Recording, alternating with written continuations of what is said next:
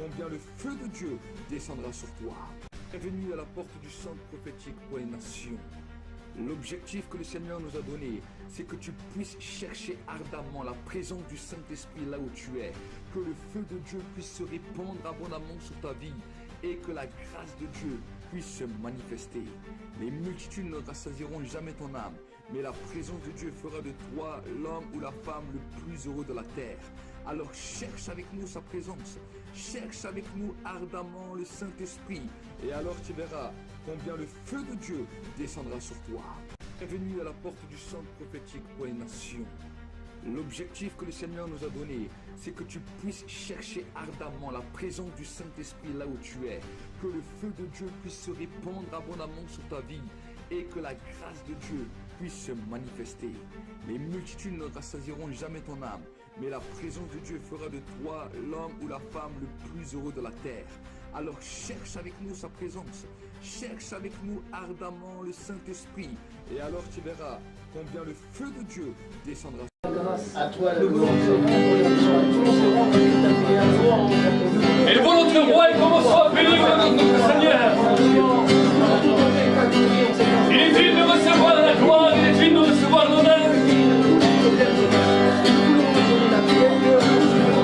Entrons dans ses portes, entrons dans ses parvis avec des adorations. Il règne en puissance et en gloire.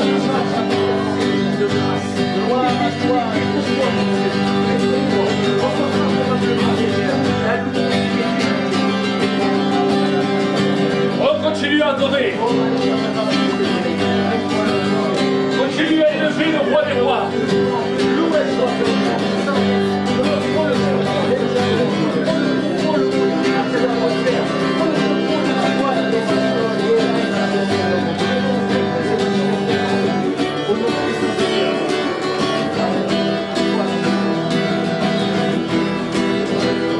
Quand l'Esprit de Dieu agit en moi, je danse comme la vie.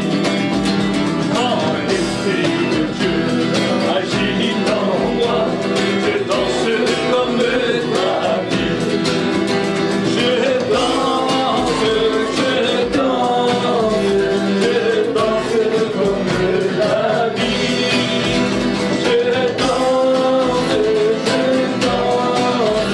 Je danse comme la vie.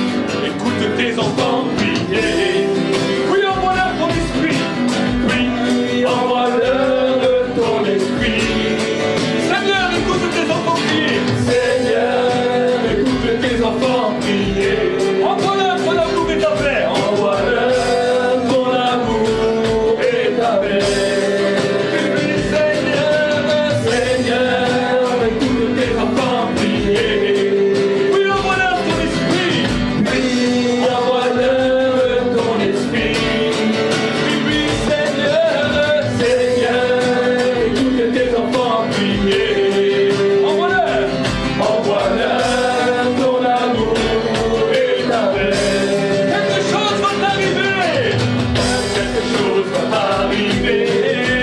Oui, aujourd'hui, quand le peuple de Dieu se met à prier, comme le jour de la Pentecôte, comme le jour de la Pentecôte, les bureaux campés, quand le peuple de Dieu se met à prier, quand le peuple de Dieu en ambulance, quand le peuple de Dieu, quand le peuple de Dieu, quand le peuple de Dieu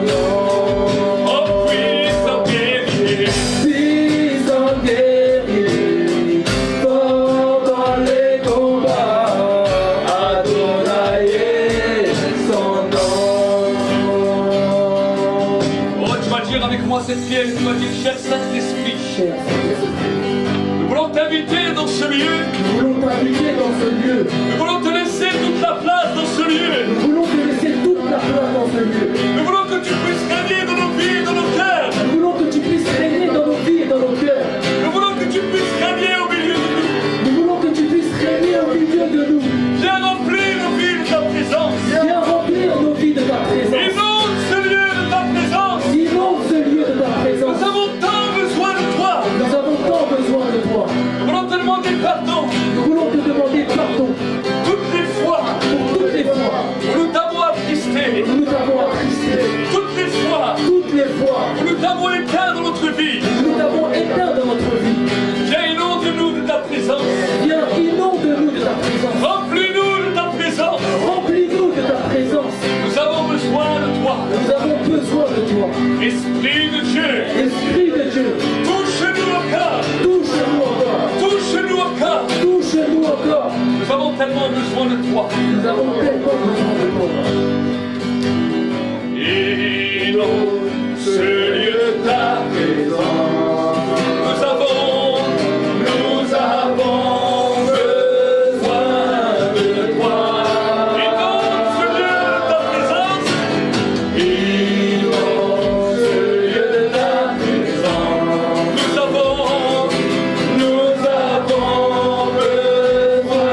Esprit de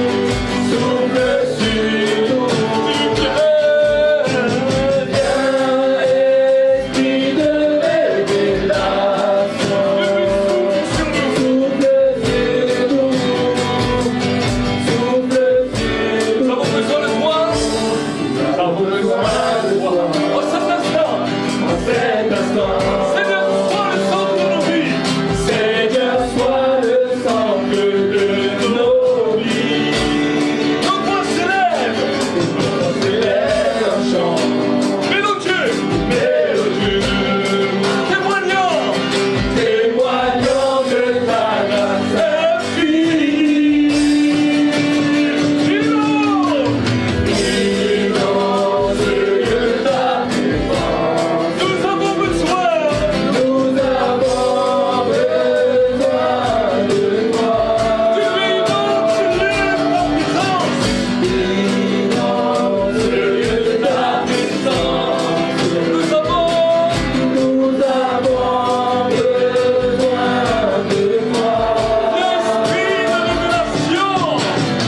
Esprit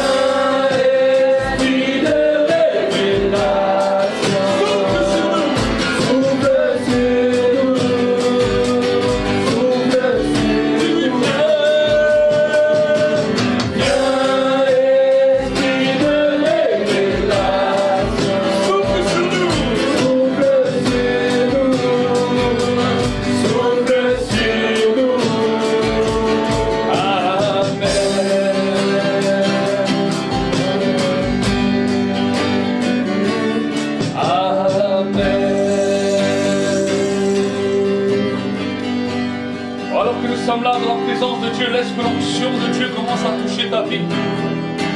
Laisse que la présence de Dieu commence à remplir ta vie. Alors que le Saint-Esprit commence à descendre, commence à prier en votre langue là où tu es. Commence à prier en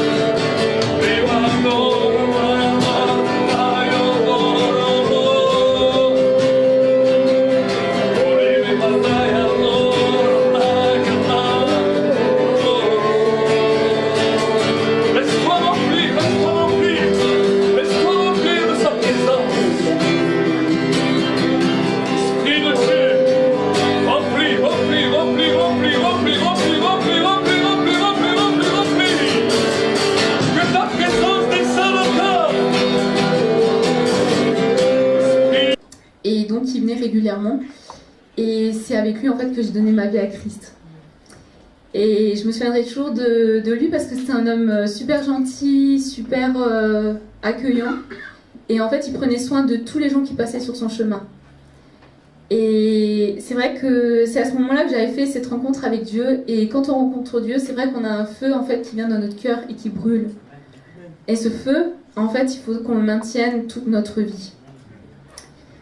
Et quand on a ce feu, en fait, des fois, on est prêt à tout. On est prêt à partir à l'autre bout du monde, déplacer les montagnes, faire tout ce qu'en fait Dieu nous demande. Parce qu'en fait, on prend la parole telle qu'elle est. En fait, on ne cherche pas à négocier quoi que ce soit. On cherche vraiment à faire ce que la Bible elle nous dit. Mais au fur et à mesure des années qui passent, des fois on voit que le feu, il peut en fait un peu s'éteindre tout doucement. Et en fait, à la fin, il n'y a plus qu'un petit luminon qui fume. Et moi aujourd'hui, ma question c'était où en es-tu en fait avec le feu que Dieu a mis dans ton cœur le jour de ta conversion? Des fois, après la conversion, on prend l'engagement de suivre Dieu et on va prendre cet engagement par les eaux du baptême. Et moi, c'est ce qu'on m'a expliqué. En fait, quand je me suis fait baptiser, on m'a dit c'est la plus belle des promesses que tu peux faire à Dieu, c'est de le suivre jusqu'à la fin de tes jours. Et c'est cet engagement que j'ai pris très jeune, de suivre Dieu. Et c'est ce que je fais toujours encore aujourd'hui. Mais en fait, cet engagement, c'est pas un engagement à prendre à la légère, en fait. Parce que des fois, on voit que certains ils prennent cet engagement en disant « Ouais, comme ça me permet d'aller au ciel, tout ça. » Oui, parce que la Bible, elle dit « Celui qui croira et qui sera baptisé sera sauvé. » C'est très bien. Mais en fait, jusqu'à la fin de notre jour, il faut alimenter le feu et la promesse, l'alliance qu'on a faite avec Dieu. C'est super important. Et j'aimerais prendre avec vous un verset dans Luc 24, verset 32. Ah, désolée, j'ai pas de pupitre, je me débrouille un peu.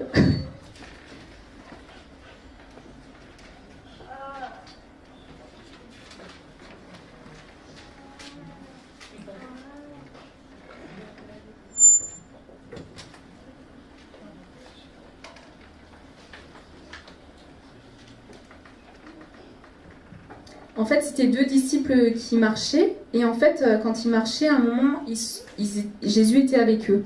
Donc je vais juste vous lire un certain passage.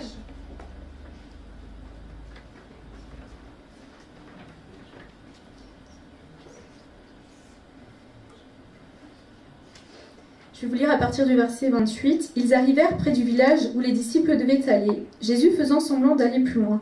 Mais les deux hommes lui dirent, en insistant, « Reste avec nous, c'est le soir et bientôt il va faire nuit. » Jésus entre dans la maison. Pour rester avec eux, il se met à table avec eux, il prend le pain et dit la prière de bénédiction.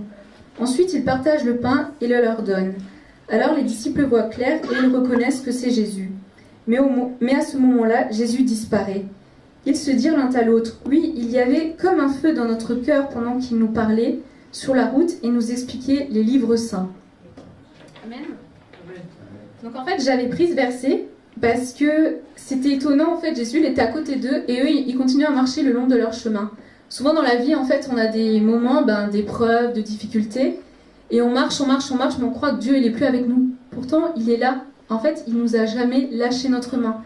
Et toute la Bible entière, en fait, elle est faite de promesses à notre égard que Jésus nous a fait.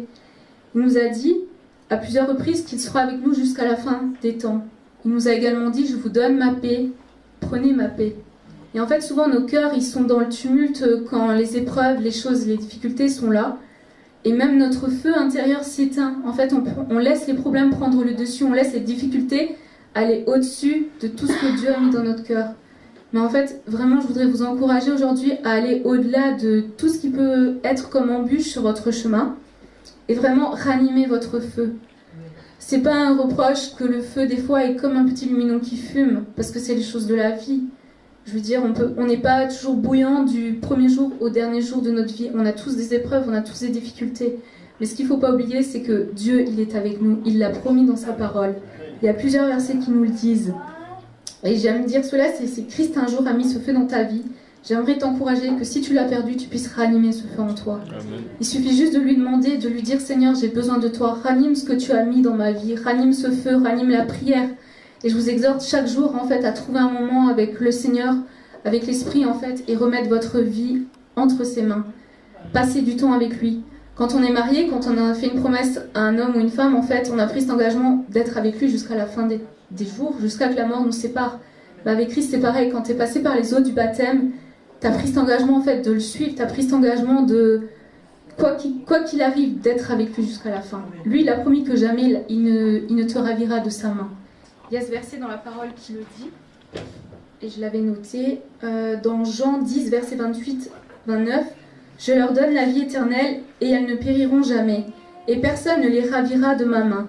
Mon Père qui me les a donnés est plus grand que tous, et personne ne les ravira de ma main. » Donc j'ai pris la traduction, j'ai voulu prendre la définition de ravira, et ravira c'était s'emparer par la force, enlever, kidnapper. Et en fait, quand on sait que Dieu il est plus grand que tout, personne ne peut nous arracher de sa main. Personne. Quoi qu'il arrive dans la vie, les épreuves, les tourments, toutes choses, personne ne peut te ravir de sa main. Mais s'il y a une seule personne qui peut s'enlever de sa main, c'est toi-même. Des fois, certains, au cours du chemin, par les épreuves, les choses qui passent, en fait, ils sont là et ils abandonnent Dieu. Moi, j'aimerais vraiment t'encourager à ne pas l'abandonner. À vraiment tenir sa main jusqu'à la fin. Des fois, si tu t'es éloigné, il faut juste revenir à lui, en fait. Prendre ce temps de prière et dire, Seigneur, peut-être que je me suis égaré, peut-être que je me suis éloigné de toi. Mais en fait, ce que je veux, c'est retrouver ce feu, cette flamme et cet amour pour toi.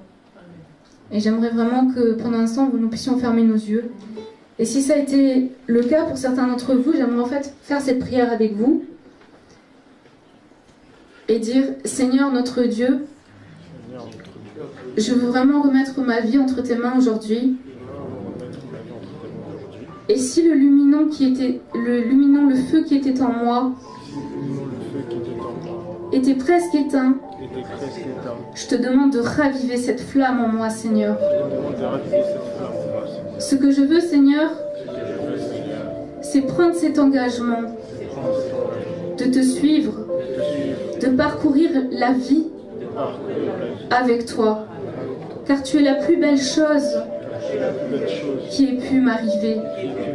Jamais tu ne me laisseras tomber. Et aujourd'hui, Seigneur, ce que je veux, c'est prendre ta main. Garde-moi caché dans le creuset de ta main. Et toutes mes épreuves, toutes mes difficultés, je les remets à toi. Aide-moi, Seigneur. Mais le plus important aujourd'hui, c'est ranime ce que tu as mis en moi. Ranime cet amour, ce feu. Et que ce feu puisse brûler, brûler chaque jour. Toujours plus fort. Dans le nom de Jésus. Amen. Amen. Et pour tous ceux qui ne seraient pas passés par les eaux du baptême ou qui n'auraient pas encore pris cet engagement de changer de voie avec Dieu, vous pouvez venir nous voir à la fin du culte. Amen.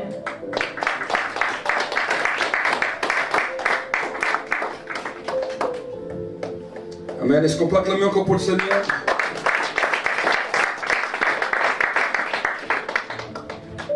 Comme je vous l'avais dit, je crois que c'était au mois de septembre, je vous avais expliqué quand j'ai parlé de certaines choses. J'ai dit, au mois de mars, le monde des ténèbres a décidé de déclencher des choses terribles sur la terre au niveau des guerres. Pourquoi? Parce que dans le monde spirituel, il y a des agendas, il y a des calendriers. Et depuis le mois de septembre, j'avais parlé à l'église, j'avais dit à l'église qu'il faut que nous prions à cause de cela. Vous avez vu ce qui vient d'arriver, vous avez vu comment des conflits sont là. Mais j'aimerais vous dire une chose, on est le 1er du mois de mars. L'ennemi croit qu'il a gagné, mais la Bible nous dit que nous avons une autorité supérieure. Une puissance supérieure. Vous savez, la Bible nous dit la chose suivante, que le peuple de Dieu périt parce qu'il lui manque la connaissance. C'est finalement le manque de connaissance qui nous empêche d'être puissants sur la terre. Mais vous savez, quand nous commençons à comprendre comment le monde est fait et comment le monde des ténèbres a déclaré son agenda, on peut savoir comment le contrer. J'ai déjà fait plusieurs enseignements sur cela par rapport au monde des astres. Nous sommes dans le mois de mars. Pourquoi le mois de mars est tellement déclenchant par rapport à la guerre? Parce que dans le mois de mars, il y a tous les puissants des ténèbres, tous les démons qui sont sur la planète Mars, qui sont, on va dire, dans le monde des ténèbres, invoqués pour qu'il y ait des guerres qui puissent se passer. C'est pour ça qu'il y a des calendriers, et si vous allez voir, dans tous les temps des guerres, c'est souvent le mois de mars que ça a touché. Pourquoi? Parce que le mois de mars, c'est aussi le dieu de la guerre. Mais j'aimerais vous dire qu'il y a aussi des anges de Dieu guerriers, qui sont là pour arrêter ça là, et pour que nous puissions instaurer la paix sur la terre. Mais malheureusement, des fois, par le manque de connaissances, on dit on va prier, mais on ne comprend pas ce qui se passe dans le monde spirituel. Et par notre manque de compréhension, ben finalement, on voit que les puissants des ténèbres gagnent. Et aujourd'hui, c'est ce qui se passe, mais j'aimerais vous dire que nous avons une autorité supérieure. Et avant de pouvoir prêcher l'évangile, j'aimerais que nous puissions prier pendant un temps pour ce mois de mars, et que nous allons annuler, nous allons détruire tout ce que l'ennemi a voulu conspirer dans ce mois-ci. Nous sommes le premier jour du mois de mars. Et dans ce premier jour du mois de mars, nous allons consacrer ce mois à Dieu. Et nous allons libérer les anges de Dieu et nous allons arrêter ces anges de guerre. Amen. Ce sont des démons guerriers. Au-delà de ce que vous pouvez voir avec les bombes, au-delà de ce que vous pouvez voir avec les armées, ce sont des démons guerriers qui sont derrière.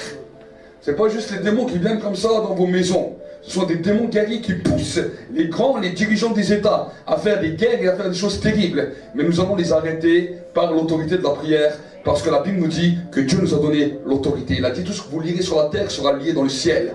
Tout ce que vous délirez sur la terre sera délié dans le ciel. Alors si on peut se lever pendant un instant,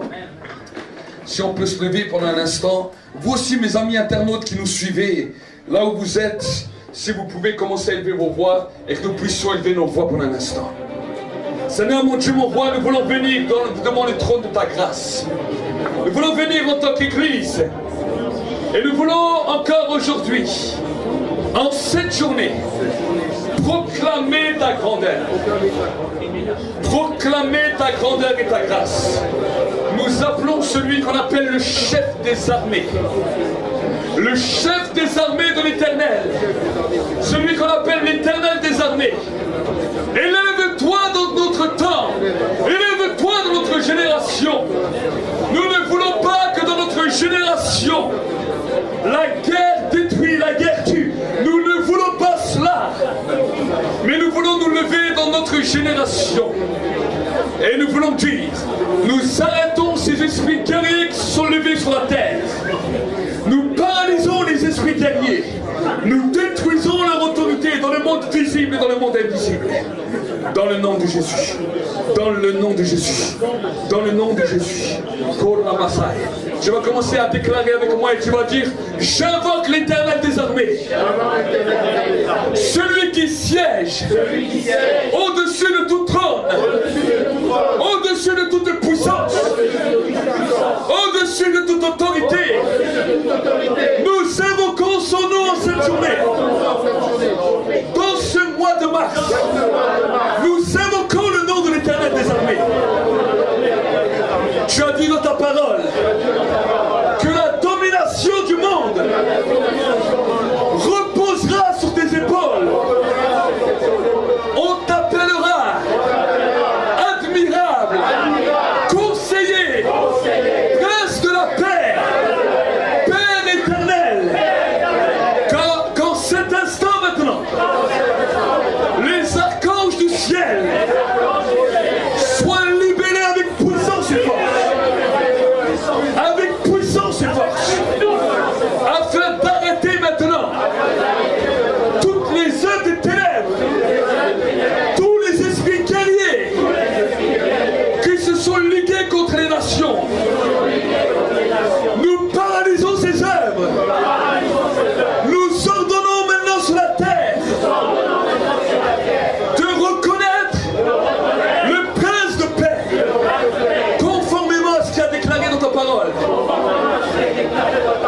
Tout genou fléchira, toute langue confessera qu'il est Seigneur et Dieu, à la droite de Dieu le Père. Aujourd'hui, nous commandons à toute autorité de reconnaître la Seigneurie de Jésus-Christ, le prince de paix, celui qui vient sur la terre pour manifester manifester le règne de paix. Jérusalem, tu dois vivre. Nation de la terre, vous devez vivre. Et nous voulons proclamer sur vous l'étendard de la paix, manifesté par le sang de Jésus. Manifesté par le sang de Jésus. Pour la gloire de Dieu le Père, nous te bénissons. Parce que c'est toi qui as entendu notre prière. Et aujourd'hui notre prière est exaucée. De la terre vers le ciel. Pour la gloire de notre Dieu. Nous voulons proclamer la victoire. Dans le nom de Jésus. Amen. Acclamons pour le Seigneur.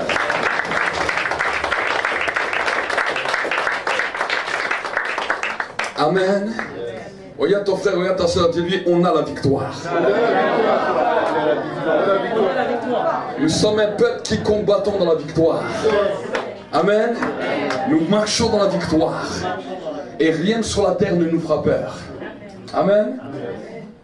Regardez comme ça. Regarde ton frère et ta soeur, dis-lui, rien sur la terre ne nous fera peur. Rien ne nous ébranlera. Amen. On peut prendre place. Et si tu as peut-être encore un peu peur, la Bible nous dit, alors que tu as besoin un peu plus de l'amour. Parce que la Bible nous dit que l'amour parfait bannit toute crainte. Amen. Quand l'amour est parfait en nous, il n'y a plus rien qui peut nous arrêter, il n'y a plus rien qui peut nous retenir, mais nous explosons dans une dimension d'assurance et nous allons pas à pas pour la gloire de notre Dieu. Amen. Alors, je vais essayer de faire avec. Attendez, j'ai une idée. Ouais, sinon, ouais. J'ai mangé trop de soupe quand j'étais petit, désolé. On l'utilisera après. Voilà, voilà. Au moins, c'est un petit peu à ma hauteur. On va essayer d'en trouver un deuxième comme ça. Amen. Yes.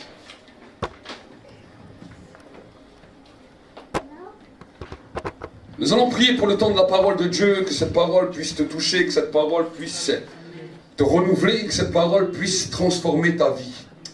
Seigneur, nous voulons réellement te bénir, nous voulons réellement t'exalter. Nous voulons réellement te rendre la gloire, Seigneur. Tu as dit, le ciel, la terre passera, mais mes paroles demeureront éternellement. Seigneur, nous venons ensemble dans ta présence pour vivre un temps de l'éternité. Et Seigneur, nous te demandons que cette parole puisse être une épée à deux tranchants qui sépare et juge les pensées, les sentiments de l'âme et de l'esprit. Que cette parole amène la vie, que cette parole libère la foi, et que cette parole, Seigneur mon Dieu, mon roi, ouvre nos cœurs afin que nous puissions voir ta gloire se manifester. Que cette parole soit accompagnée de signes, de prodiges, de miracles. Que cette parole, Seigneur mon Dieu, mon roi, commence à travailler dans les cœurs, à travailler dans les vies. Et nous voulons réellement te bénir, nous voulons réellement te rendre toute la gloire dans le nom de Jésus-Christ. Dans le nom de Jésus-Christ. Commence à prier en langue là où tu es. Commence à prier en langue pendant un instant. Commence à prier en langue. Il y a un temps de grâce. Il y a un temps de grâce.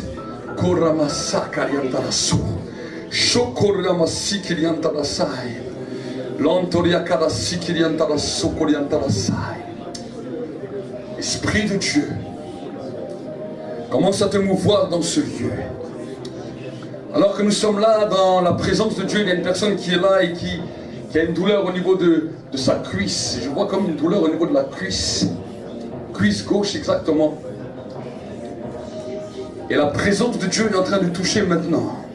Le Saint-Esprit est en train de restaurer. Le Saint-Esprit est en train de toucher maintenant, de restaurer, de guérir. La présence de Dieu est là maintenant dans ce lieu. Et l'Esprit de Dieu est en train de descendre maintenant, de travailler les cœurs, de travailler les vies maintenant.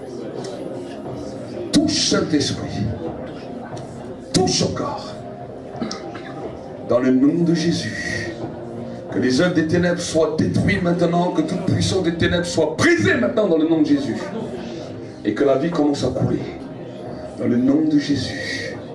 Nous te bénissons, nous te rendons grâce. Dans le nom de Jésus-Christ. dans le nom de Jésus-Christ. Est-ce qu'on peut acclamer pour le Seigneur?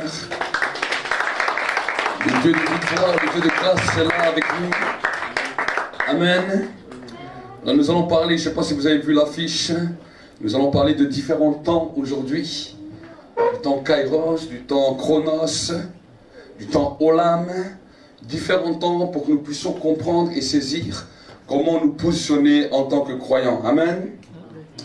Vous savez, dans l'église, nous bénissons Dieu parce que dans l'église, nous pouvons grandir. Et dans l'église, nous commençons à découvrir la pensée de Dieu et également des fois les vocations que Dieu a préparées pour les uns et pour les autres. Amen. Avant de pouvoir aller plus loin, on peut remercier aussi Dieu. Il y a mon frère Gérard et ma soeur Lynn qui vont devenir aussi accompagnants pour la prison. Ils vont commencer ce mois-ci. Est-ce qu'on peut acclamer le Seigneur? Et les différentes vocations qui peuvent se lever. C'est important. Si peut-être vous avez à cœur d'aller également en prison, il y a mon frère Gérard, ma soeur Lynn, aussi mon frère Faisal qui n'est pas là, qui n'est pas avec nous, mais qui rejoint aussi l'équipe. Et nous avons eu une réunion, je crois, la semaine dernière, ou il y a 2 semaines, on a eu une réunion. Et il y a des vocations qui se sont levées. Et peut-être si vous avez aussi à cœur de peut-être venir dans les prisons, déjà venir en tant qu'accompagnant, pour pouvoir parler avec les prisonniers, pour pouvoir prier avec eux, pour pouvoir avoir un bon témoignage, ben, venez nous voir à la fin. Et on sait que le Seigneur va encore se manifester. Amen. Amen. On bénit le Seigneur pour ça. Merci aussi à Esteban qui nous a prêté sa voix. Amen. Est-ce qu'on peut acclamer aussi le Seigneur? Que les hommes et les femmes puissent se lever afin de pouvoir servir notre roi. Amen.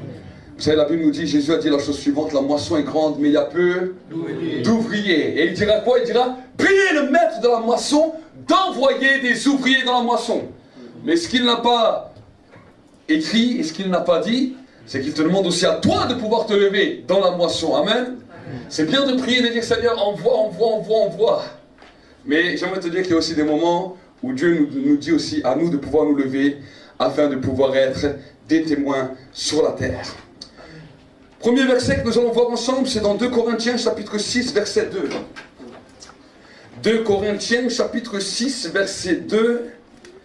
Et nous allons voir ensemble ce que la Bible nous dit. Je sais que le dernier message a beaucoup vraiment plu.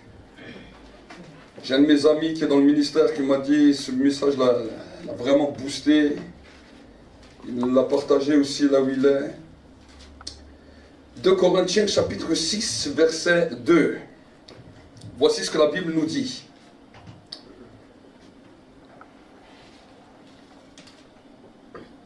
Il dit, car il dit, au temps favorable, je t'ai exaucé. Au jour du salut, je t'ai secouru. Voici maintenant le temps vraiment favorable. Voici maintenant le jour du salut. Nous ne donnons pas aucun sujet de scandale en quoi que ce soit, afin que notre service ne soit pas un objet de blâme, mais nous nous recommandons à tous égards, recommandables comme serviteurs de Dieu, par beaucoup de persévérance dans les tribulations, dans les privations, dans les angoisses, sous les coups, dans les prisons, dans les émeutes, dans les travaux, dans les veilles, dans les jeûnes, par la pureté, par la connaissance, par la patience, par la bonté, par l'Esprit Saint, par un amour sans hypocrisie. Amen. L'apôtre Paul est en train de nous parler de quelque chose d'important. Regardez, c'est Dieu des fois qui remet les choses à leur place afin que nous puissions comprendre. Vous savez, des fois on a accepté Jésus, on a accepté le Seigneur, c'est bien.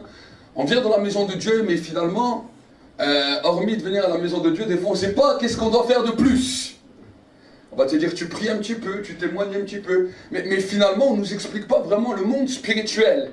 Et dans la méconnaissance du monde spirituel, on se retrouve des fois désemparé parce qu'on est là et on a l'impression que le ciel est fermé. Combien d'hommes, combien de femmes sont venus me voir et me disent, mais prophète, j'ai l'impression que mon ciel est fermé. J'ai l'impression que mes prières ne dépassent pas le plafond. Alors tous, on a tous différents témoignages. Mais quand des fois on a besoin réellement que les choses bougent, c'est là où des fois on se retrouve bloqué, coincé, et on ne sait pas pourquoi. Aujourd'hui, nous allons voir ensemble, nous allons comprendre les différents chemins que le Seigneur nous a mis afin que nous puissions avancer. Regardez ce qu'il nous dira. Il nous dira, au temps favorable, je t'ai exaucé. Au jour du salut, je t'ai secouru. La Bible nous parle de deux temps. Un temps où tu avais besoin d'un exaucement et un autre temps où tu avais besoin d'un secours. Si aujourd'hui nous sommes là dans la maison de Dieu, c'est parce qu'un jour ou l'autre, nous avons saisi par la main le secours que Dieu nous donnait. Nous étions tous pécheurs, nous étions tous privés, nous étions tous loin de lui, loin de sa présence, à cause de nos péchés, à cause de nos fautes, à cause de nos transgressions. Mais un jour, nous avons entendu le message de l'évangile qui a changé notre mentalité, qui a changé nos raisonnements, qui a changé nos cœurs, et dans lequel nous avons dit oui pour suivre Jésus. Ce jour-là, regardez ce que la Bible nous dira, ce jour-là s'appelle le jour du salut. Il y a un jour, il y a une date que tu dois garder dans ta vie. C'est bien sûr le jour de ta naissance, c'est très bien, mais également le jour où tu es né spirituellement. Parce que la Bible nous dit que c'est le jour de ton salut.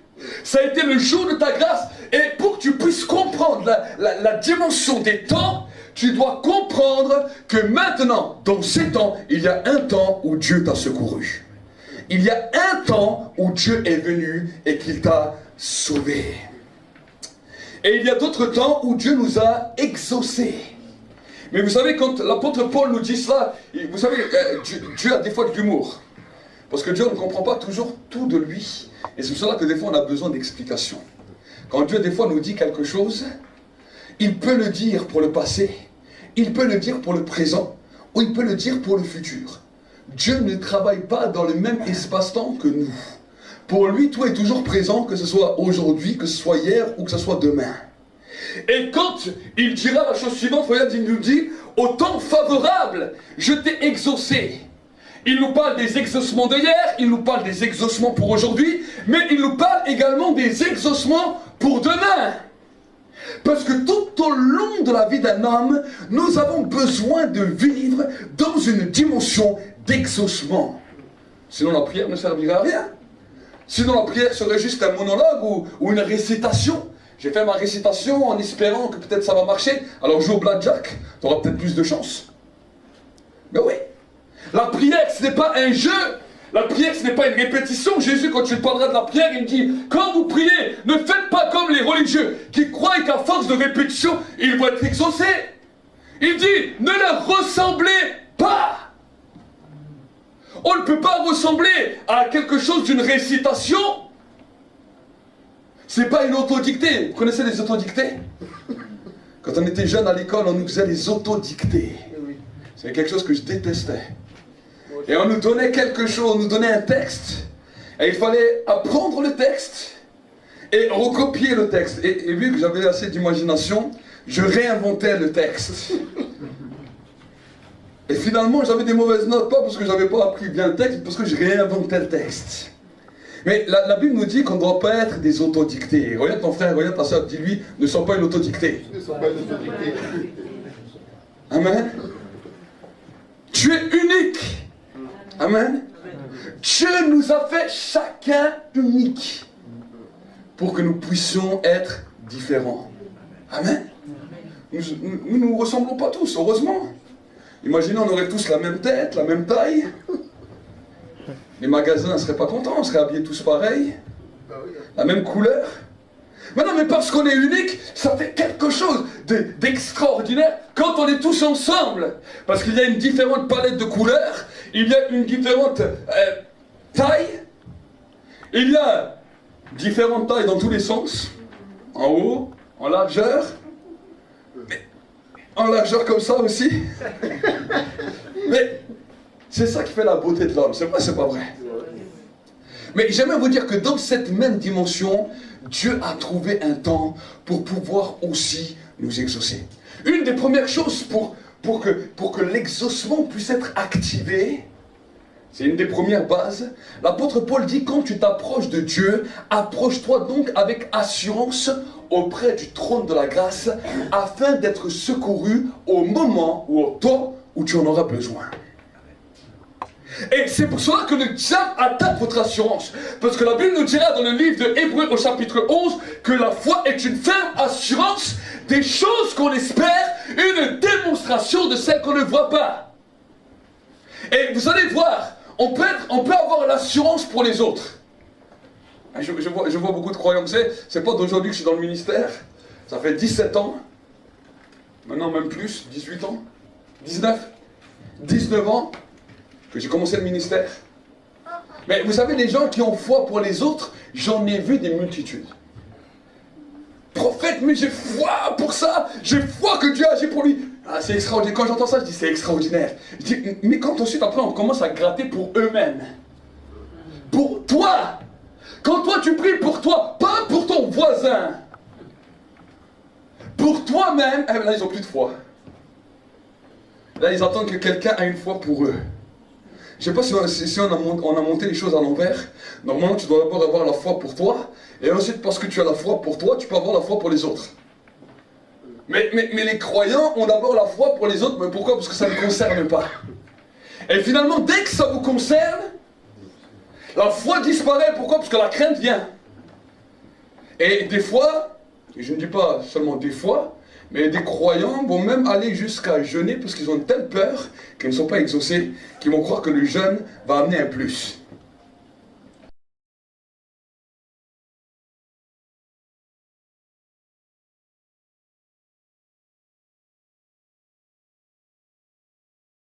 Juste le jeûne pour un exaucement, tu vas droit dans un mur. Pourquoi? Parce que quand Jésus parle du jeûne, il dira la chose suivante, il parle avec des pharisiens qui avaient l'habitude de jeûner. Des gens qui avaient l'habitude de jeûner et de jeûner et de jeûner. Il leur parle. Il dit, je vais vous expliquer une chose. Si on prend un morceau d'habit neuf sur un vieil habit troué, pourri, et qu'on coule là-dessus, la déchirure va être pire.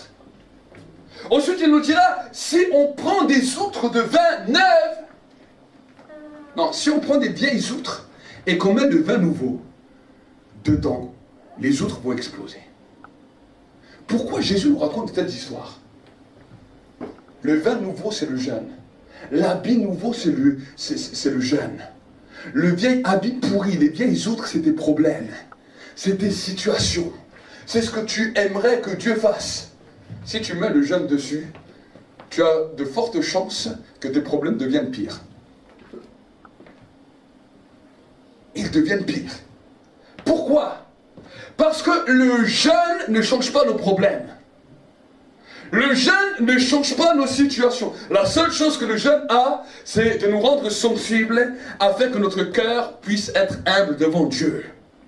Moïse disait, David disait, j'humiliais mon âme par le jeûne et par la prière. Par contre, la Bible nous dit que tout est possible à celui qui croit. Tout est possible à celui qui croit.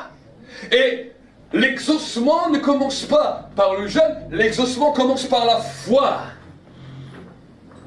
C'est la foi à l'intérieur de nous qui nous amène à voir l'invisible se manifester.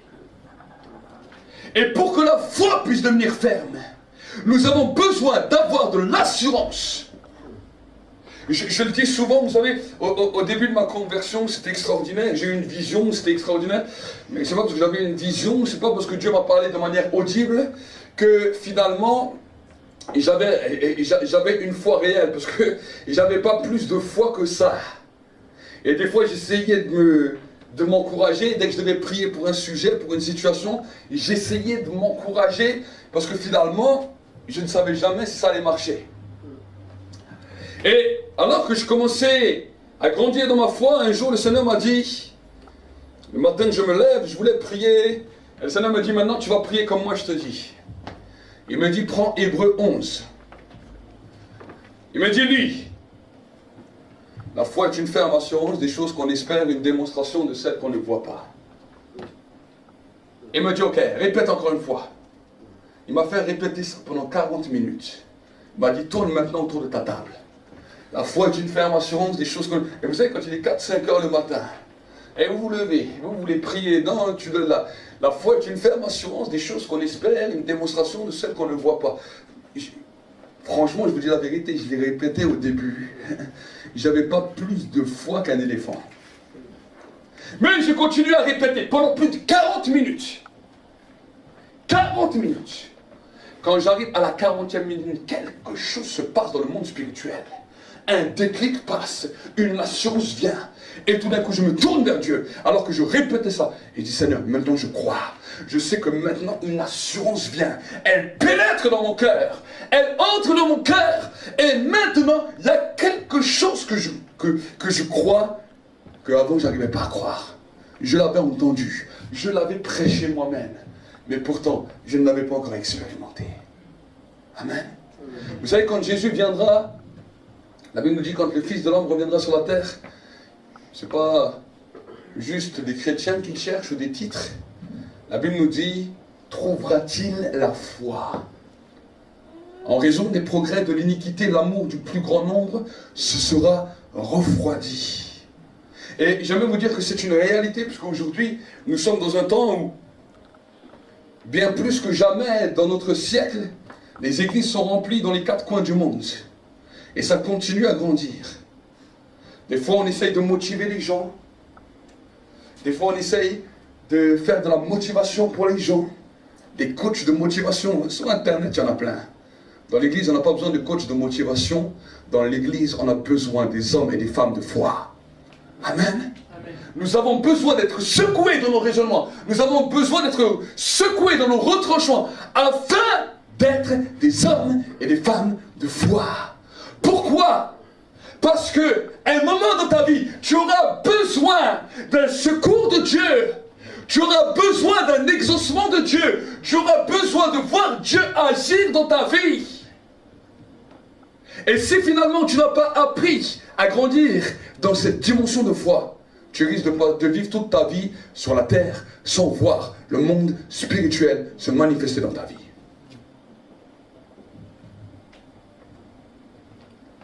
Dans le livre de Psaume, au chapitre 90, verset 12, on est en train de poser juste les fondements pour après rentrer dans le vif du sujet. Psaume chapitre 90, verset 12. Regardez ce que la Bible nous dit.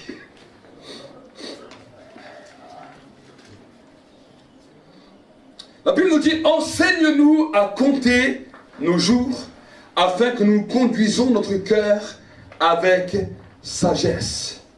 Reviens éternel, jusqu'à quand? Aie pitié de tes serviteurs. Amen. Je le redis,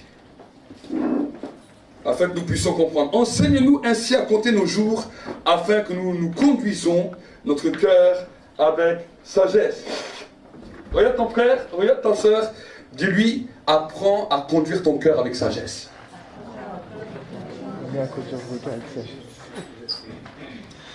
Vous savez, qu'est-ce que c'est la sagesse? La Bible nous dira dans le livre des Proverbes que le commencement de la sagesse, c'est la crainte de l'Éternel. Et souvent on a entendu ça, la crainte de l'Éternel, la crainte de l'Éternel. Mais qu'est-ce que c'est réellement la crainte de l'Éternel? Parce que vous savez, moi la première fois que j'ai entendu ça, pour moi ça ne voulait rien dire. La crainte de l'Éternel. Quand j'entendais le mot crainte, j'ai dit, bon, ça veut dire que quand je viens devant Dieu, je dois trembler. Je dois flipper. Je dois avoir peur. Pourquoi? Parce que ma compréhension me faisait croire que quand je viens devant Dieu, je devais trembler, avoir peur. Finalement, ce n'est pas ça. Pourquoi? Parce qu'avant, j'étais musulman, donc quand on venait devant Dieu, on croyait qu'on allait être jugé, qu'on allait être bloqué. Et finalement, quand je m'approchais de Dieu, je disais, ben, moi, je crains Dieu. Jusqu'au jour où là, je suis dans la présence de Dieu. Et le Saint-Esprit me dit, est-ce que tu sais ce que ça veut dire craindre Dieu? J'ai dit non. Il me dit, c'est la haine du mal. Haïr le mal. Et là, finalement, ça avait une autre définition dans ma tête. Parce que je réalisais que le mal, je l'aimais bien. Et que finalement, haïr les choses que Dieu appelait mal dans la Bible, ça commençait à devenir un défi dans ma tête. Pourquoi? Parce que finalement, il y a plein de choses que je faisais que je croyais que c'était normal. Un petit mensonge, ça ne fait mal à personne. Regardez quelqu'un qui se ramasse toutes les galères du monde dans la tête. On regarde tous des films comiques. Combien de fois ça nous a fait marrer? Envier ce qui n'est pas à nous. On est tous passés par là. Et la Bible nous dit que pour plaire à Dieu, pour être sage devant Dieu, tu dois commencer à haïr ces choses. Je vous dis la vérité, au début de ma conversion, quand je commençais à lire la Bible, certaines choses que je disais, je refermais la Bible, je disais, ah non, je ne peux pas ça. Quand j'ai compris ça, j'ai dit, mais je ne peux pas. Et j'ai réalisé qu'il m'a fallu 5 minutes pour me convertir, mais des années pour devenir sage. Et je continue. Je continue et continue. Et finalement, je vois que la vieille nature n'aime pas être sage. La vieille nature est folle. Je l'appelle la vieille folle. Mais oui. Notre vieille nature, dis-lui, je vais dire à la vieille folle de se calmer. Dis-le. La vieille folle, c'est la vieille nature. L'apôtre Paul disait la chose suivante: le bien que je veux faire, je ne le fais pas. Le mal que je ne veux pas faire, voici ce que je fais. Mais qui va me séparer de cette vieille folle? Cette vieille nature. On le fait un petit peu avec l'humour pour que vous puissiez comprendre. Mais cette vieille nature, on sait qu'on doit payer aux impôts et on sait qu'on peut passer à côté. Qu'est-ce qu'on va faire? C'est vrai ou c'est pas vrai? C'est vrai. Si on peut avoir une petite entre nous, mais nous sommes tous pareils. Et ensuite on va dire, mais le Seigneur est bon. Non, on doit apprendre à être sage. Amen. Un jour, une personne avec qui je parlais m'a dit, ah, mais frère, il ne faut pas être juste à l'excès. Salomon a dit qu'il ne faut pas être juste à l'excès. Je fais, oui, mais il n'a pas été juste à l'excès. Regarde où ça l'a amené. Regarde où ça l'a amené. Je n'ai pas dit qu'on y arrive du jour au lendemain. Ça fait des années que je le fais et je continue encore. Amen. Mais je sais que finalement, notre intelligence est souvent percutée parce que finalement, on va vite. On va vite bifurquer. On va très vite bifurquer. Et aujourd'hui, on vous apprend même à mentir. Ah oui. Je sais, des fois, une fois, j'ai cassé mon pare-brise, mais on voulait me faire dire ce que je ne voulais pas dire. Juste pour que l'assurance puisse rembourser. Et vous savez, humainement, on dit, bon, c'est pas grave. C'est pas grave. Mais devant Dieu, c'est grave. Ah, ça ne te laisse pas tranquille. Ah, c'est sûr. Le Saint-Esprit commence à amener une conviction de péché. Là, on dit, bon, on voudrait juste arrêter cette conviction juste pour un temps et on revient après. Mais dans toute chose, dans le travail, dans tout ce que vous allez faire, dans la vie séculière, partout où vous allez aller, on va être tenté, tenté, tenté, tenté. Et c'est là où on doit dire, Seigneur, rends-nous sages. Rends-nous sages, afin que nous puissions comprendre les temps qu'il nous reste sur la terre, que nous puissions éduquer notre cœur, afin que notre cœur puisse marcher droit. Ça fait 20 ans que j'essaie d'éduquer. Quand tu reviens au galop, on doit le resserrer. Amen. Pourquoi? Et pourquoi je vous dis cela? Faut se dire, oh, c'est bien beau ce qu'il nous dit le prophète, mais ça nous sert à quoi dans la vie? Ça vous sert que, vous savez, tous ces petits détails que des fois on passe à côté, finalement, c'est juste fait pour nous perdre du temps. Pourquoi? Parce qu'il y a des temps, il y a des saisons où maintenant Dieu voudrait agir. Mais Dieu ne peut pas agir parce que nous sommes en train de perdre du temps à cause de ces petits détails que nous négligeons. Et le temps passe vite. Qu'est-ce que c'est 80 ans? Je ne sais pas, je ne les ai pas encore vécus. J'ai vécu la moitié déjà, c'est déjà pas mal. Mais c'est quoi 80 ans, 90 ans, 100 ans? Sur l'échelle de l'éternité, c'est rien du tout. Et encore, je parle de ceux qui vivent le plus longtemps. Il y a des gens qui partent à 30 ans, il y a des gens qui partent à 20 ans, il y a des gens qui partent à 10 ans, il y a des... une fois, j'ai dû faire l'enterrement d'un bébé qui venait de naître. On ne sait pas quand la vie s'arrête sur la terre. Et finalement, nous, on a l'impression qu'on vit éternellement. Les hommes se lèvent le matin, ils boivent leur café, ils se brossent les dents, ils se lavent le visage, ils font les mêmes rituels, le coup de peigne, le gel, les maquillages, tout ce que vous voulez, comme s'ils vivaient éternellement. Personne ne se dit le matin, quand je me lève, aujourd'hui c'est mon dernier jour. Qui c'est qui se dit ça? Peut-être quand ils sont dans les temps où il y a un petit peu de guerre ou des choses comme ça. Et encore, ils ont quelque chose qui va les faire battre et faire fuir pour qu'ils continuent à vivre. Mais pourtant, l'homme ne se prépare pas à la rencontre de son Dieu. Et je dirais même pire, les croyants qui ont accepté Jésus ne se préparent pas à rencontrer Dieu. On se prépare pourquoi? Pour être béni. Je veux être béni, je veux être... Vous savez, Dieu n'a rien contre la bénédiction. Mais si la bénédiction vient devant Dieu, cette bénédiction risque d'être une malédiction. Parce que si on cherche d'abord la bénédiction au lieu de celui qui est l'auteur de la bénédiction, nous risquons de passer à côté. Et aujourd'hui, on aurait dit que la bénédiction est devenue un slogan.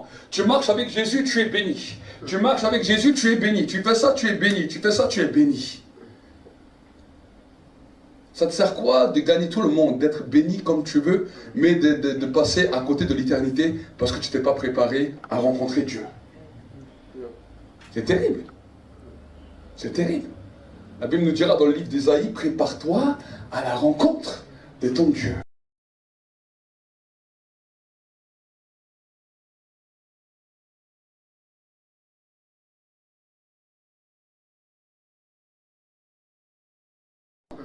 Mais chaque jour, quand tu rentres dans la prière, Seigneur, je ne sais pas combien de temps quand je reste sur la terre, mais dans cette journée, je veux m'approcher de toi avec assurance. Dans cette journée, je veux m'approcher de toi avec détermination. Dans cette journée, je veux régler avec toi ce que je dois régler encore. La repentance, c'est pas juste quand tu t'es converti. Mais la repentance, c'est un style de vie. Parce que finalement, nous péchons tous. Par nos pensées, par nos raisonnements, par nos mentalités, par nos convoitises, par nos cœurs, par notre amertume, par notre méchanceté. Et des fois, on a l'impression que parce que ça fait 5 ans, 10 ans qu'on vient à l'église, ça y est, on a des petits seins avec des auréoles sur la tête. Oui, on est appelé saint devant Dieu. Mais l'auréole, on l'aura peut-être là-haut, c'est tout. Sur terre, je ne crois pas qu'on aura encore l'auréole. On a juste encore l'ombre qui nous suit. L'ombre qui nous rappelle. L'ombre qui nous rappelle qu'un jour notre ancêtre a péché. Alors, jusqu'à là, on commence à comprendre. Donc, on doit s'approcher de Dieu avec assurance. On doit veiller sur notre cœur pour que notre cœur marche avec assurance. Et on doit commencer à éduquer notre cœur pour que notre cœur devienne sage. Donc, ça, c'est déjà un bon travail. Mais si on reste que dans ce travail, on risque d'être limité dans toutes les choses qu'on a à faire sur la terre. Et dans cette dimension, vous savez, Dieu dans son plan a des projets extraordinaires. Dieu dans son plan a mis 3 points dans l'homme. De la même manière qu'on est formé d'un corps, d'une âme, d'un esprit. Dans notre vie spirituelle, dans notre percée spirituelle, il y a aussi 3 temps. Il y a le temps que nous connaissons, qu'on appelle le temps chronos. Il y a un temps qu'on appelle le temps surnaturel, avec le monde spirituel qu'on appelle le temps kairos.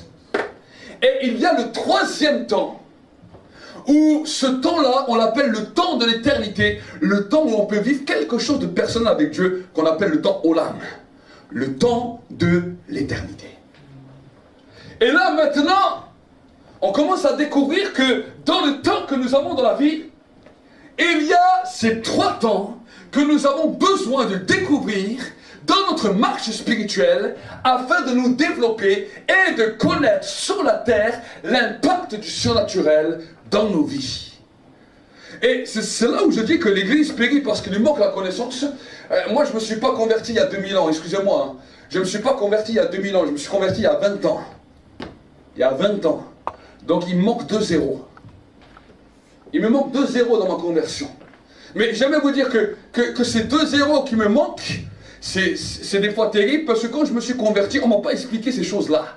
J'aurais aimé qu'on m'explique ces choses-là quand je me suis converti, ça m'aurait fait gagner un temps fou. On m'a dit, tu vas, tu pries. Et je dis, mais je fais comment? Comment je sais si je suis exaucé? Comment? Tu le prends par la foi. C'est bien beau de nous dire des choses comme ça. Mais dans la réalité, je suis allé, j'ai prié 5 minutes, 10 minutes, ça ne marche pas. Des fois ça marche, des fois ça ne marche pas. Quand ça marche, amen, c'est un témoignage. Quand ça ne marche pas, je suis dégoûté. Et plus que j'avance dans ma vie, il y a moins de choses qui marchent. Et là, j'ai commencé à chercher.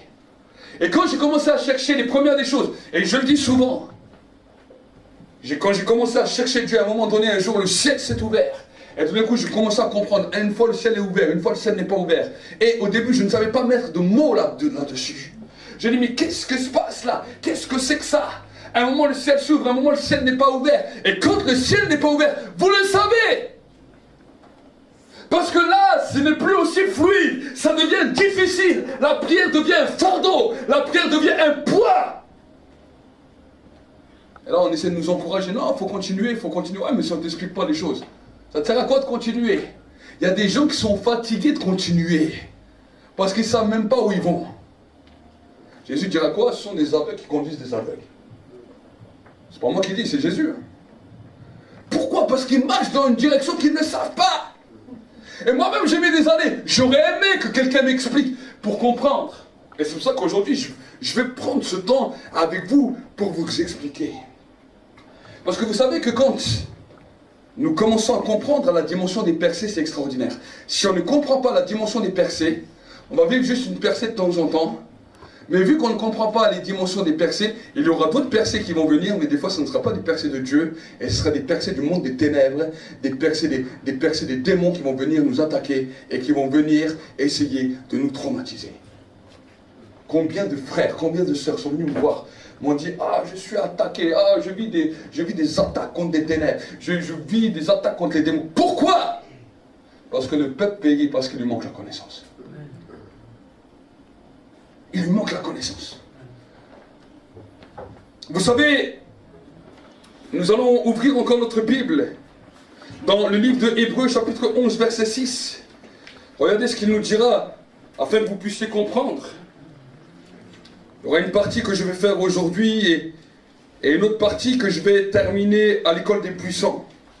Parce que dans l'école des puissants, on aura besoin d'approfondir un petit peu sur ce sujet-là. On aura cela jeudi. À l'école des puissants. Hébreux chapitre 11 verset 6. Hébreux chapitre 11 verset 6. Regardez ce que la Bible nous dit. Or sans la foi il est impossible de lui plaire. Celui qui s'approche de Dieu doit croire qu'il existe et qu'il récompense ceux qui le cherchent. Amen. La Bible nous parle de récompense. Dis avec moi récompense. Les enfants, est-ce que vous aimez les récompenses? Est-ce que vous aimez les récompenses, les enfants? Si vous êtes gentil, vous recevez quoi? Une? C'est normal, vous comprenez. Pourquoi les grands, ils ne comprennent pas? Ça veut dire que si vous écoutez ce que la Bible nous dit et que vous comprenez les mystères, que vous arrivez à percer dans un temps où vous rencontrez Dieu, vous touchez une récompense. C'est ce que la Bible nous dit. Regardez, c'est pas moi qui le dis. Hein. Or, sans la foi, il est impossible de lui plaire. Celui qui s'approche de Dieu doit croire qu'il existe et qu'il récompense ceux qui le cherchent. Est-ce que quand tu t'approches de Dieu, tu crois qu'il te récompense? C'est ça la question qu'il faut se poser. Pas dire, oh Seigneur, pauvre pécheur que je suis toujours dans des problèmes, oh tu vois comme je souffre, oh tu vois de ma difficulté, oh aide-moi Seigneur. Dieu ne veut pas de quelqu'un qui vient se lamenter. Ce n'est pas de cette manière. Imagine, Tu viens devant ma porte tous les jours. Oh, regarde ma situation, comme elle est difficile. Oh, aide-moi. Je t'écoute une fois. Je t'écoute 2 fois. Mais au bout d'un moment, je te dis, bah, écoute, je t'ai entendu, change de disque. J'en étais où? Tu disais qu'il était venu te voir. Il était venu te voir pour te faire prêcher. Voilà, il m'a dit, c'est toi qui vas prêcher. Vous savez quoi? Quand j'ai accepté, écoutez-moi bien, quand j'ai accepté, j'avais pas le temps, j'avais pas une journée ou 10 journées à dire je peux pas, je veux pas, je suis pas prêt. Non, soit oui, soit non. Quand j'ai accepté, à partir de ce moment-là, je n'ai plus arrêté. Pourquoi? Juste parce que j'ai saisi l'opportunité. C'est tout. Juste parce que j'ai saisi l'opportunité. Mais vous savez, quand des fois nous ne comprenons pas ça, on passe à côté et après la saison peut attendre 6 mois, 1 an, 2 ans. Juste parce que nos cœurs, nos mentalités n'étaient pas posées dans ces choses-là. Dans ces choses-là. Et plus que nous allons grandir, écoutez-moi bien, plus chaque fois que je grandissais avec Dieu, c'était comme ça. Soit c'est des opportunités à prendre, soit tu prends, soit ça passe à côté. Et tu n'as pas 50 000 ans pour réfléchir ou quoi. Le temps kairos de Dieu, on ne réfléchit pas. On fonce. On fonce. On fonce.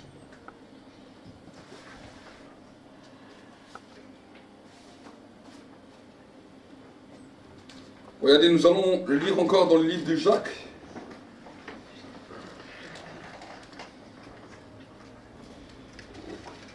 Jacques. Non, Matthieu 8, verset 5. Excusez-moi, Matthieu 8, verset 5.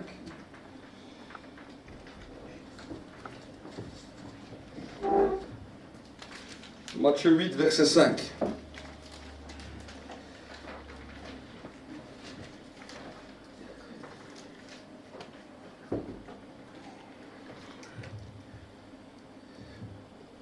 Comme Jésus entrait à Capernaum, un centenier l'aborda et le supplia, disant, « Seigneur, mon serviteur est couché à la maison, paralysé et violemment tourmenté. » Jésus lui dit, « J'irai le guérir. » Le centenier répondit, « Seigneur, je ne mérite pas que tu entres sous mon toit, mais dis seulement un mot et mon serviteur sera guéri. C'est moi qui suis soumis à des chefs et j'ai des soldats sous mes ordres, et je dis à l'un va et il va.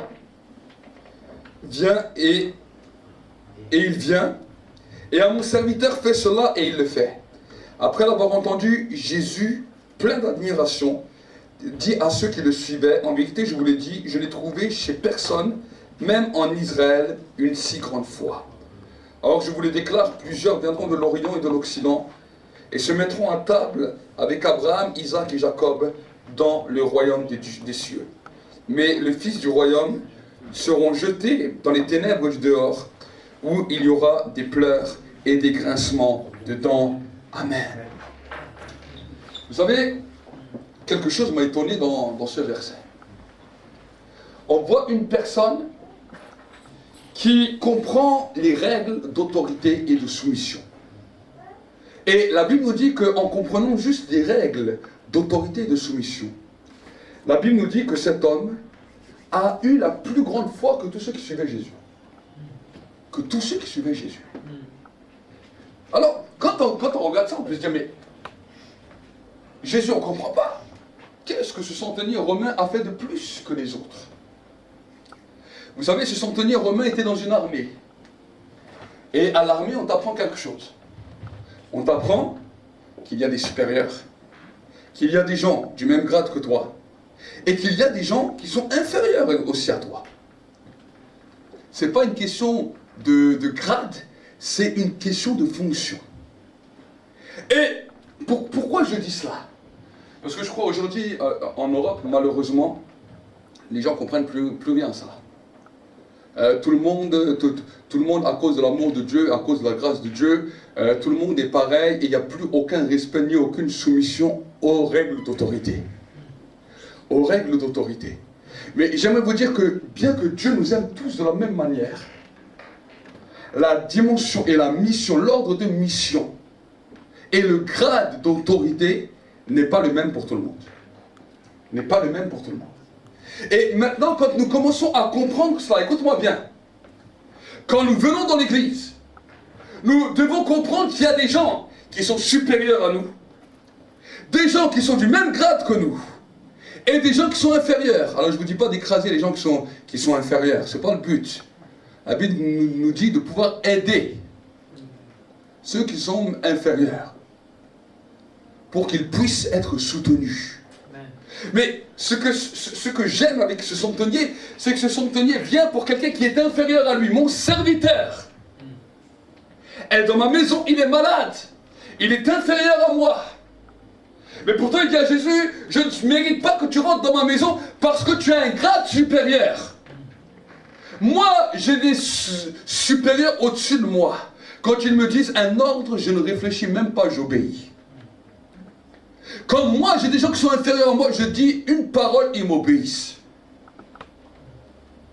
Donc, dis un mot, et mon serviteur qui est inférieur à moi sera guéri parce qu'il est sous ma soumission.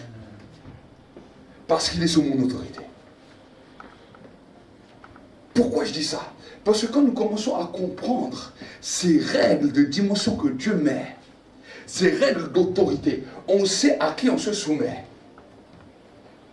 On sait à qui on se soumet. Pourquoi? Parce que bien souvent, le diable, quand il voit que ton temps kairos va arriver, il veut essayer de te mettre à la confusion dans ta tête. Et on l'appelle le roi de la rébellion. Qu'est-ce qu'il a fait au ciel? Il a amené la division, il a amené la rébellion. Il a amené que les uns se rebellent contre les autres. Il a essayé d'amener des problèmes à droite et à gauche. Je vais vous dire la vérité, c'est ce qu'il continue à faire aujourd'hui dans l'église. Pourquoi? Parce qu'on ne comprend plus ces règles. Mais la Bible nous dit que quand on comprend aussi la dimension de soumission, d'autorité, il y a une dimension dans le monde spirituel qui nous qualifie dans le monde de la foi et qui permet que le temps kairos devienne un temps favorable. Le serviteur, écoutez-moi bien, s'il n'aurait pas rencontré Jésus, son serviteur ne serait pas été guéri. Mais parce qu'il a rencontré une autorité supérieure qui s'y est soumise, instantanément la guérison est venue. Amen. Instantanément. Et Jésus, quand il parle de lui, regardez ce qu'il nous dit.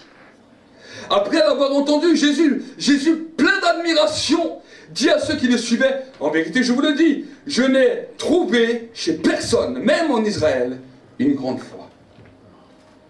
Une grande foi. Que l'Église en Occident puisse entendre ça. Que l'Église en Occident puisse entendre ça. Parce que la foi véritable ouvre le temps kairos. Vous savez, on n'est pas là pour jouer. Hein, on n'est pas là pour jouer. Certains disent, ah, moi j'ai une grande foi. Moi... Vous savez, les mots et les mots, c'est bon. Juste les paroles, ça ne veut rien dire. Par contre, démontre-moi ta foi. Et alors, je verrai. C'est ce que l'apôtre Paul dit. La foi doit être une démonstration. Démonstration. Mon ciel était fermé. Mais parce que maintenant, je viens, le temps kairos fait que le ciel s'ouvre. Et que maintenant, le royaume de Dieu commence à mouvoir. Amen. Donc, le temps kairos est un temps que nous pouvons vivre journalièrement. Tous les jours, on peut vivre ça. Il ne sera pas 24 heures sur 24 sur toi, mais dans la journée, tu peux attraper ton temps kairos. Maintenant, parce que tu es habitué à un temps kairos, il y a un temps où Dieu va venir te visiter. Ça, c'est lui qui décide. Ça, c'est pas toi qui décide, c'est lui qui va venir, qui va décider. Mais quand il va te visiter, ne passe pas à côté. Amen. Amen. Ne passe pas à côté. Amen. Je suis arrivé à la fin de mon message. De toute façon, je vais le reprendre jeudi, où je vais aller encore plus en profondeur. Jeudi soir, dans l'école des puissants, si vous n'êtes pas inscrit, vous avez la possibilité de vous inscrire. Là, il n'y aura pas de problème de vidéo, de caméra. On a eu un petit problème au niveau de la connexion ce soir. La vidéo a été coupée. On enregistre comme ça. On va essayer de rattraper, mais par contre, jeudi soir, je vais reparler de ce sujet où je vais aller plus encore en profondeur. Parce que vraiment, ce sont des points importants que l'Église doit entendre afin de pouvoir grandir. Amen. Vous avez besoin d'un temps Kairos. Regarde ton frère et ta soeur, secoue-le. Dis-lui, tu as besoin de temps Kairos. Ouais, c'est vrai, moi aussi.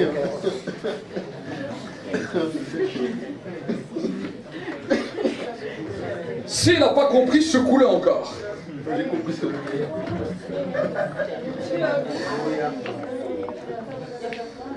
Amen. Et on va incliner nos fronts pendant un instant. On va incliner nos fronts. Vous savez, à cause du manque de connaissances, des fois on était aigris. Des fois, à cause du manque de connaissances, on s'est peut-être renfermé.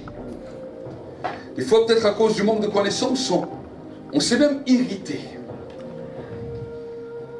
Et finalement, on avait peut-être des fois l'impression que d'autres réussissaient mieux que nous, et même envieux, ou que sais-je encore. Aujourd'hui, mon frère, ma soeur, c'est un temps qu'on ne doit pas prendre à la légère. Il y a un temps Kairos aujourd'hui de Dieu. Alors que je suis en train de parler, le ciel s'ouvre maintenant. Et le temps Kairos de Dieu est là maintenant pour toi. Et j'aimerais te dire qu'au lieu des fois de juste te plaindre sur tes situations,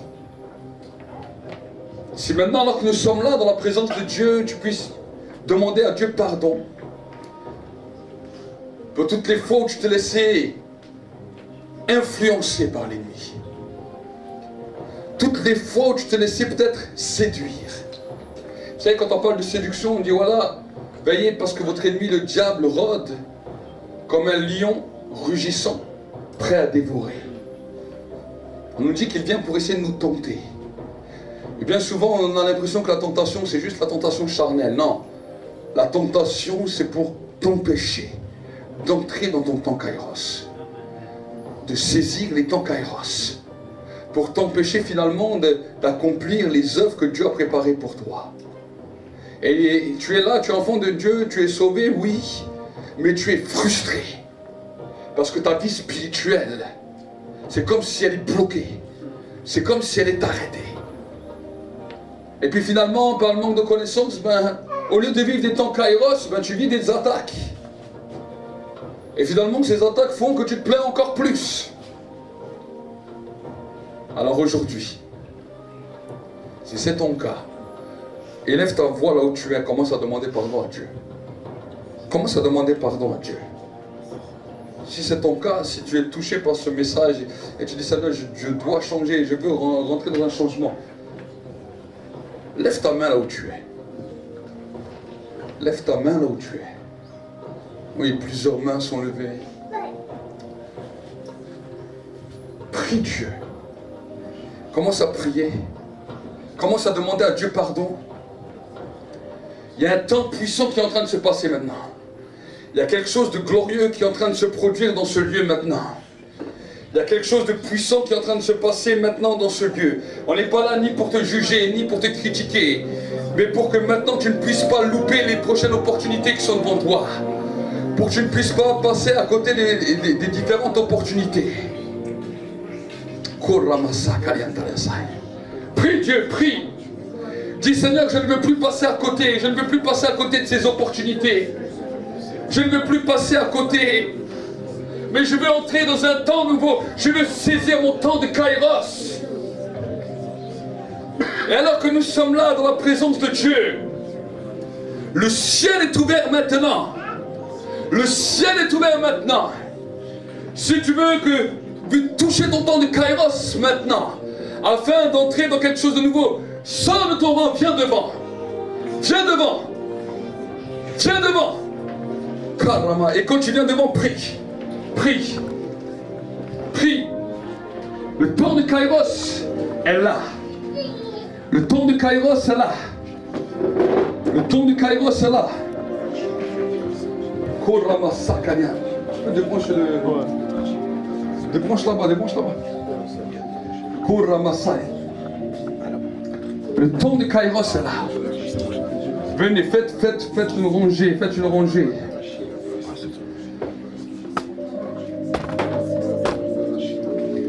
Il y a un temps de Kairos. Il y a un temps de Kairos. Un temps de Kairos qui est là. Un temps d'un renouveau nouveau. Qui va commencer. Si peut-être les équipes de sécurité peuvent être derrière.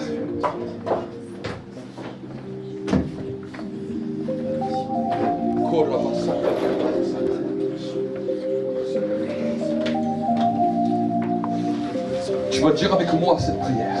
Tu vas dire chaque Saint-Esprit. Je suis passé à côté du temps. Mais aujourd'hui, je ne veux plus me laisser voler. Je vais entrer dans mes saisons. Je vais prendre maintenant ces œuvres que tu m'as appelé à prendre. À partir de maintenant. Touche-moi. Dans le nom de Jésus. Respirez fortement. Que l'onction de Dieu touche. Que une nouvelle atmosphère commence à changer ta vie. Commence à prier en langue. Dans le nom de Jésus. Dans le nom de Jésus. Dans le nom de Jésus. Un temps, une saison nouvelle s'ouvre sur ta vie. Ne te laisse pas avoir par les pensées. Ne te laisse pas avoir dans les raisonnements. Écoute-moi bien. Dans cette semaine, Dieu va permettre qu'il y a des temps, des ouvertures qui vont être là. Amen. Dans cette semaine, soit dans ta vie de prière, soit dans ta vie de la semaine, Dieu va ouvrir des portes. Et je parle en tant que prophète. Tu témoigneras.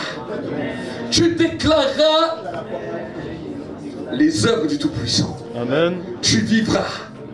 Tu prospéreras. Et tu verras combien Dieu est bon. Écoute-moi bien, ne dis plus que Dieu n'est pas bon. Ne dis plus que Dieu t'a oublié. Dis avec moi, Seigneur, mes yeux vont voir cette semaine que tu es bon. Mes yeux vont voir cette semaine que tu vas faire l'impossible dans ma vie. Je le reçois maintenant. Dans le nom de Jésus. Et le peuple de Dieu dit Amen. Le peuple de Dieu dit Amen. Est-ce qu'on peut acclamer pour le Seigneur?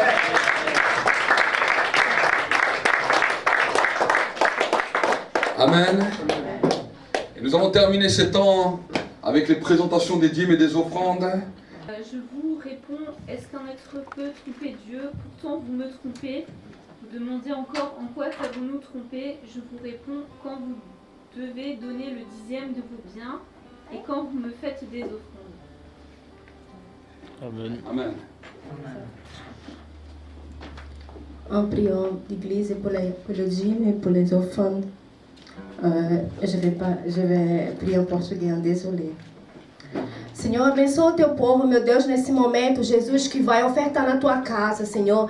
Abençoa o dizimista da tua casa, Senhor.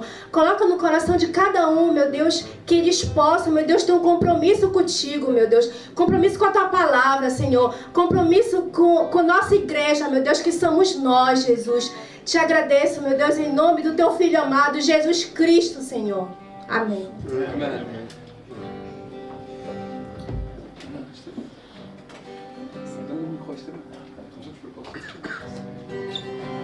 Amen, on va le faire avec joie.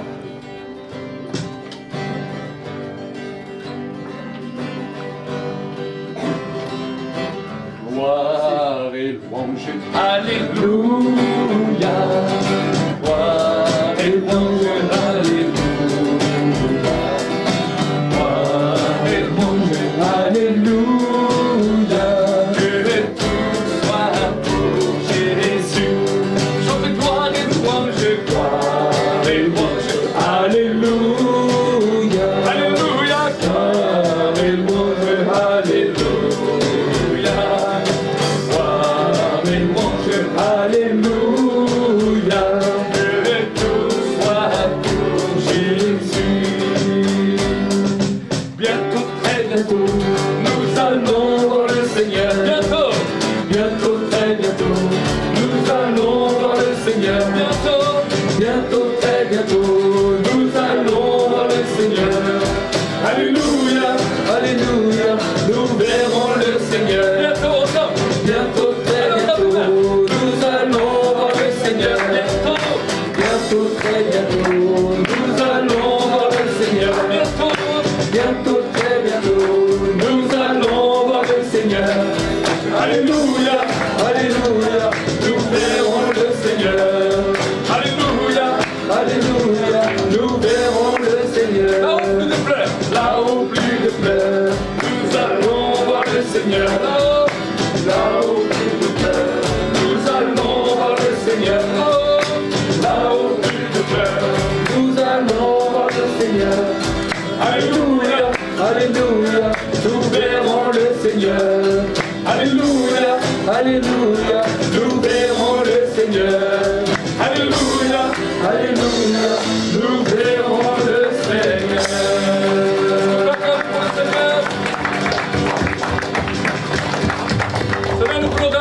proclamer ta paix, ta bénédiction, que le ciel maintenant soit ouvert, que les écluses du ciel soient ouvertes, et que la pluie de l'arrière-saison, la pluie de la première et de l'arrière-saison soit libérée maintenant. Nous voulons te bénir, te rendre grâce pour tout ce que tu fais, au nom de Jésus. Et le peuple de Dieu dit Amen.